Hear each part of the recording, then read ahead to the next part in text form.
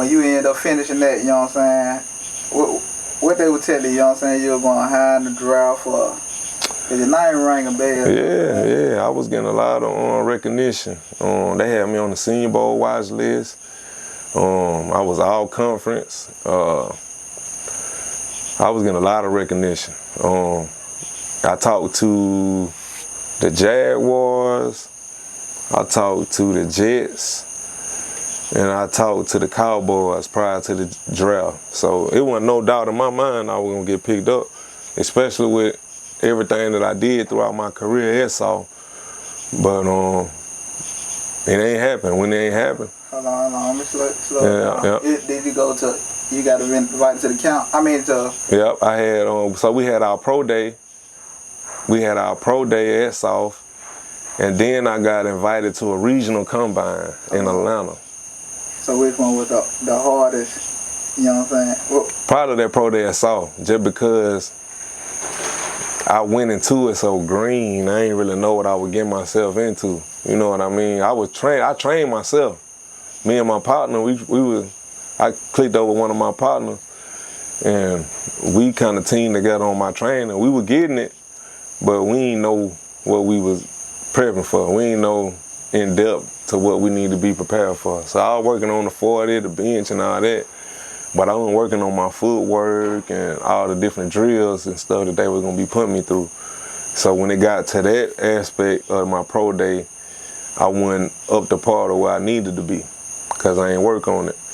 So that kind of set me back a little bit within that pro day. Even though all my numbers, I tested well. My bench, my 40 was decent. 5'10", 5", all that.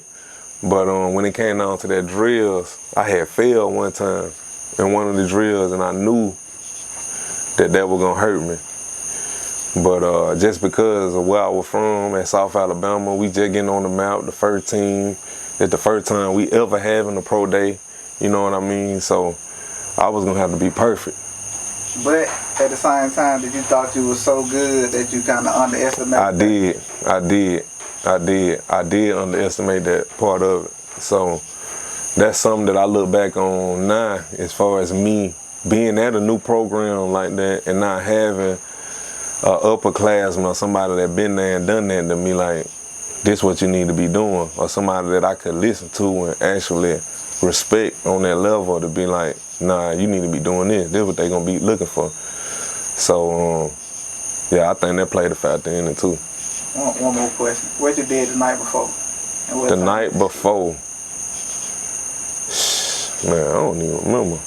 But I know at that time I was locked in, man. I was locked in. Like I said, I always knew I was going to the league. So I remember that day before I had ran about 340. Yeah. I had ran 4.6, 4 whatever. About three or 4 40s. I was out there just making sure I was dialed in and ready. And I kind of regret that. I think that may have took a little bit out of me, just going out there and doing that little bit of work that day before. Yeah. Instead of just resting and saving that for that. But that night before, shit, I'm resting. What time you had to get up? What time that training start? I mean, for the pro day? Yeah. Probably got up around about 8 o'clock, probably had to be there by 9. Yeah, do the weigh-in and all that. So the regional was different when you went to the regional? The regional was different. It was, they invited, probably about 200 kids. And it was more of a camp style setting. So we got there at the Georgia Dome, they got our height and weight, and then they separated us into position groups, and we got tested from there. Alright, so what they told you were going at in the draft? I ain't really getting no, just far as projection. It was late round or free agent. Yeah. Yeah. So draft day, what you did? Draft day, the draft happened the same day I graduated. I graduated that same day, the draft was the same day, and my son was born the same day. Yeah. So I had graduation that morning, the draft was that night, and I had my graduation party that same night. Oh no, the graduation party was the next day. That's what it was. I graduated that night. The draft was that day. Graduation party was the next day. Then I had to go to Birmingham the following day to go see my son. Alright, so what you was thinking, you know what I'm saying, what draft going on now that happened? Really, like, these boys can't see me. Like, it ain't no way they picking these boys before me.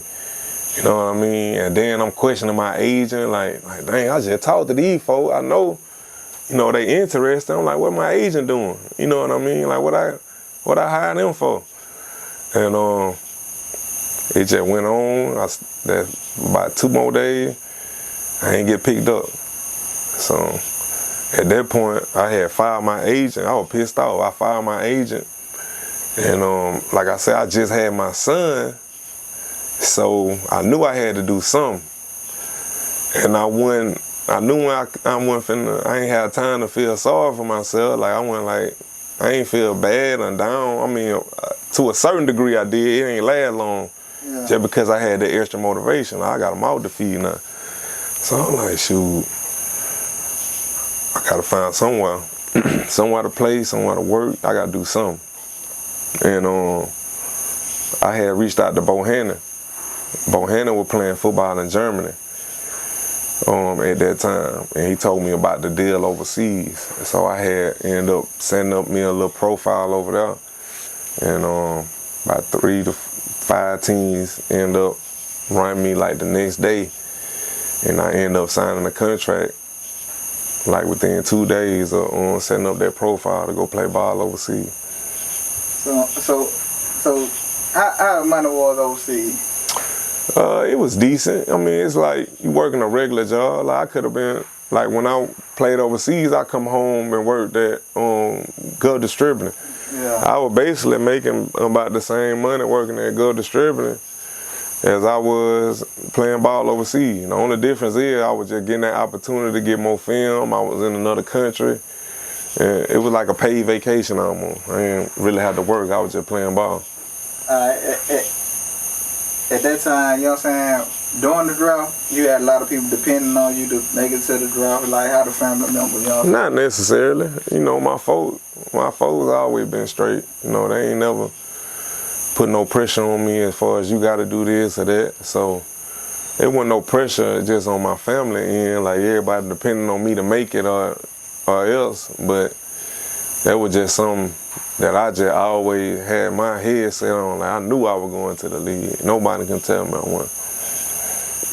And at that point in time, it ain't make you down or nothing that you ain't making you. It did to a certain degree. Like probably one day, like that first day, it didn't happen. I was down bad, but I had to look myself in the mirror. Like I just had my son.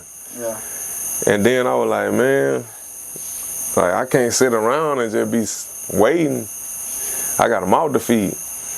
So I took matters into my own hands and started to try to make whatever happen I could. And that was how the opportunity ended up playing out overseas.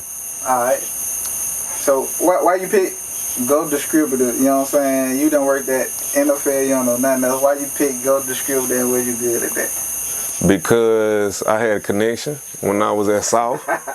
When I was at South, we had the head coach had connections at Go Distributor. So he set me up, and that was one of the first gigs that I had. So and they was willing to work with my schedule. They knew I was playing ball, and they would give me the freedom to go play overseas and be gone for 5-6 months, and then come back and work for 5-6 months. So that's how they ended up playing out. So what's the biggest life lesson, you know what I'm saying, you learned from, you know what I'm saying, that whole experience? The biggest life lesson I learned from that whole experience, just to be open, man, and be open to different opportunities. Like, don't hang your hat just on one thing. Like, be ready to adapt at any moment. So as I went from playing ball and being in college to having my son graduating the same day to overseas the next week. So the biggest thing that I picked up from that was don't be scared to seize the moment, seize that opportunity, make the best out of your situation. Don't feel sorry for yourself. You know what I mean? If stuff don't work out as you plan. All right. What the biggest thing you took away from the college experience? Networking. How to deal with different people. That was one of the biggest adjustments, I would say, too. Coming from Blunt, coming from Mobile, being born and raised in Mobile, being around a certain type of people, being exposed to a certain culture and tradition. When I got to college, it was all kind of different type of people from all over. Like, it was probably 3 people on the team from Mobile on that first team that we had. So everybody else from all over the place. So I went into it expecting them guys to act and kind of be like the people that I was accustomed to growing up, when that wasn't the situation. You know what I mean? People come from different backgrounds and different upbringings. So I had to kind of throw that all out the window and kind of go in with an open mind as far as how I deal with people. You know what I mean? So you still use you still friend with people to this day, and then you still network with them people? Oh yeah, definitely. Even overseas, I still talk to some of them boys overseas on social media. I talk to some of my old teammates, you know. Everybody doing different stuff right now, so I try to keep that network. Alright, so after that, you know what I'm saying, what you end up doing, you know what I'm saying? Well, I played ball overseas for 2 years.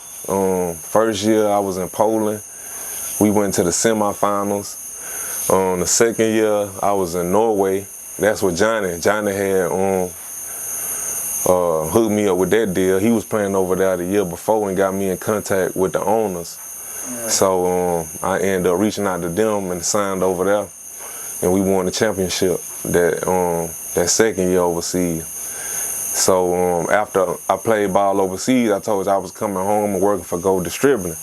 During that time, I was at home. I'd still be training, looking for the next opportunity, trying to work my way back in the league.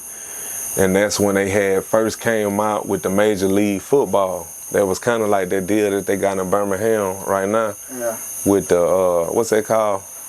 UFL or something? USFL. Yeah. Like I ain't gonna say a semi-pro, but some kind of like that. I had got drafted to the Major League Football team in Birmingham. During that time when I was working at Gov Distributing after I left from Norway. So I had quit my job, and a week before we was supposed to leave to go to the training camp, they announced they shut the league down. The league folded, they ain't have enough funds. So at that point, I'm like, man, I need to, you know, I ain't finna, like I said, I gotta be able to adjust. So I went to thinking about what else I can do, like life outside of football. That's when I really start thinking about life outside of football then. And that's when I kind of got in touch with some of my old teammates. He convinced me to try out coaching. I had got in contact with my old defensive coordinator. He was the head coach at UAB. He had brought me out there for a youth camp, kind of like a little test run and see how I fit in. Yeah. And after that camp, he had told me he got a spot for me on the strength staff and with the linebackers at UAB. So that's how I kind of transcended into the coaching realm. I'm saying, why you want to be a coach though? You know what I'm saying? I ain't never want to be a coach for real. I ain't never want to be a coach. I just wanted to go to the league. So I'm saying, why you chose it then? But the reason why I did choose it, I went to evaluating myself and everything that I did, like, and then I went to going and look at people that was in my situation that went on to have success at Division I programs and probably ain't making in the league. What are they doing now? That's when I started looking at Damian Craig, DeMarco McNeil, Cole Sigler, Cole Harris, and I'm like, shoot, all these folk coaching right now. Yeah. So that's probably be an easy transition for me to make with my previous success and my relationships that I didn't establish during my playing career, it made sense. Yeah. So that I ran with it. Alright. So you did that for how long? They folded in. At UAB, I had came back when they had folded and they came back. Yeah, that's when you came. That's when I came. When they came back. Yeah. Alright. So you did a little coach. You know what I'm saying? So how you got into your GOAT life? You know what I'm saying? Explain to people what GOAT life is. You know what I'm saying? What's up, man? Can I call my mom? All right, in a minute when I finish. Okay. All right. You say explain what GOAT life, where it come from, how that started. Yeah. Well, when I was at UAB, Coach Clark officially brought me on in the weight room. So he paid for my certification, my strength and conditioning certification, in order for me to be an official employee in the weight room. So at that time I was a student assistant. I wasn't making that much money for real. So my mind, I just got to, coming up with stuff like what can I do in order to better this situation. So with him paying for that certification, I was like, I might as well use this certification. So I had started with myself. I had came up with the name. Me and my partner, we had got together on that, and I had put together a workout plan for myself. I had gained about 15, 20 pounds, just coaching, sitting around not working out. So I had started with myself. I had put together a workout plan and a meal plan for myself and documented, recorded, and put all that content out there. Cause you was depressed or something? No, I wasn't depressed. It's just the fact of me playing football and practicing and training every day, from me going into coaching, and now I'm sitting in the office and in the meetings and stuff all day and eating food all day. Yeah. So it was just a different lifestyle I was getting accustomed to. So I had to snap out of that and get back. Once I saw all the weight I was putting on, it really kind of influenced me to start training and making these meal plans. And then I documented everything and put it out there on my social media, and that's how it ended up jumping off for real. But tell the people what it is or what it stands for, you know what I'm saying? GOAT Life, Grind Override All Talent, GOAT. Yeah. It's an acronym, all right? And it basically, the principles of what it takes to be the GOAT, in order to call yourself the GOAT, you know what I mean? It's about that grind and that work you put into it. And it ain't always about just being the best at everything, but being the best at what you bring to the table, you know what I mean? I feel like everybody got that something that they the best at, or what they individualize specifically what their purpose is. And if we can tone into that and, grasp that, then, the possibilities are endless as far as where you could take it. Alright, you know what I'm saying? You did that, then you just won your championship at St. Paul. Yeah, so I was at UAB for a year and a half. Yeah. That second year, like I said, I wasn't really making that much money. I had my son, I moved my son up there. I ain't got no family or nobody in Birmingham. So I decided to come back home and start coaching high school. Yeah. And taking my brand back home, where I got a lot more following, and people know me at. So when I moved back home, I ended up getting about 3 to 5 job offers. I ended up choosing Murphy. That where my little brother was at my first year, and I started working at D1. My dude Mark Barron, he had opened up that D1 over there off of O'Shell, and we talked about that. He told me he wanted me to be a trainer now, so I would work at Murphy, and do my training on the side at D1 when I got home. So name some of the players that came through D1 that made it to the league. From D1, shoot, Mark Barron. I had Roger McCreary, AJ McCarron come through there. There's so many quarterbacks that came through with quarterback country. Jake Fromm. It's a lot of kids, man. But just me specifically, I done got to work with Mark Barron, like I said, AJ, Destin Hood, baseball player.